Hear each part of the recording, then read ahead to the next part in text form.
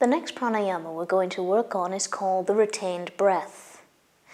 If you have high blood pressure or acute asthma, you may want to avoid this breath, at least at the beginning.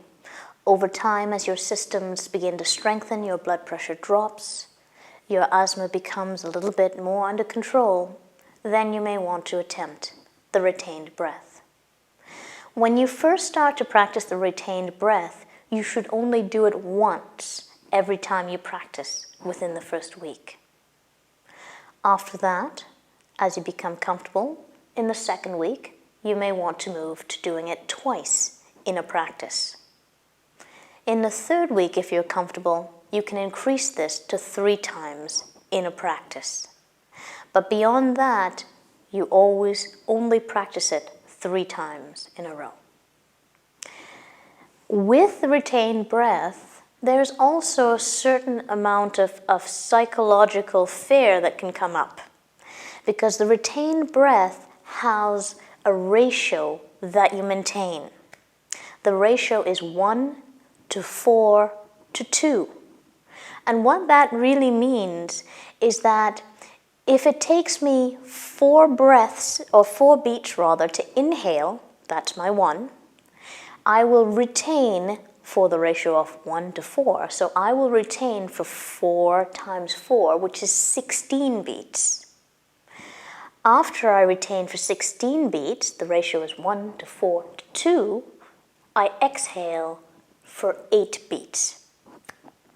That means that if I choose to use the original 8-beat count of a full yogic breath that you would practice if you go to the section on full yogic breath, that means if I choose an 8-count breath, I actually have to inhale for 8 beats, retain for 32 beats, and then exhale for 16 beats.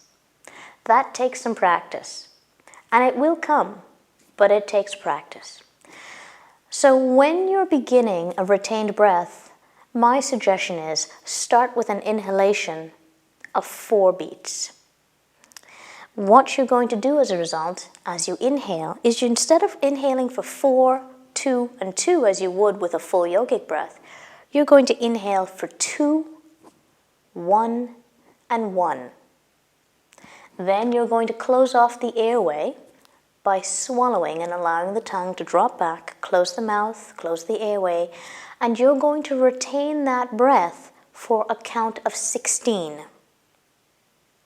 Now the hardest part of this breath is the exhalation, because usually after you've retained for such a long time, you just want to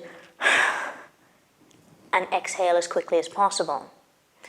As you're exhaling, relax the body.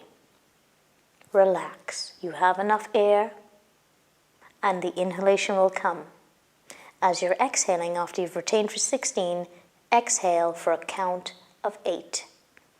And that count will be 6 from the chest and the rib cage, and 2 from the abdomen. I'll walk you through it. And again, as you first begin this, just once. Press your sitting bones deep into the earth, and those sitting bones are those 2 bony points in your bum. Press them down. Lengthen the spine. Feel the body lift, vertebrae by vertebrae, through the back of the neck, the crown of the head to the ceiling. Allow your chin to tuck gently down. Relax your shoulders, feel them widen and slide down towards your tailbone. Draw your navel up and in.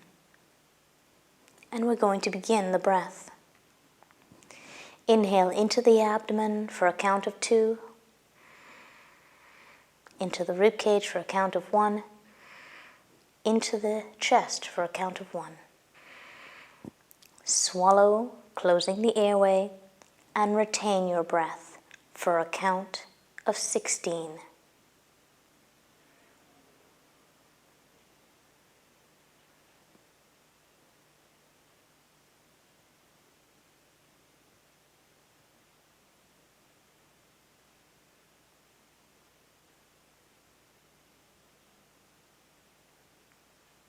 Then exhale for a count of 8. 6 from the chest and the rib cage, and 2 from the abdomen. When you've completed this breath, return to a normal rhythmic breathing. Just allow the body to relax. In your second week, you may choose to move to practicing the retained breath twice in a sitting.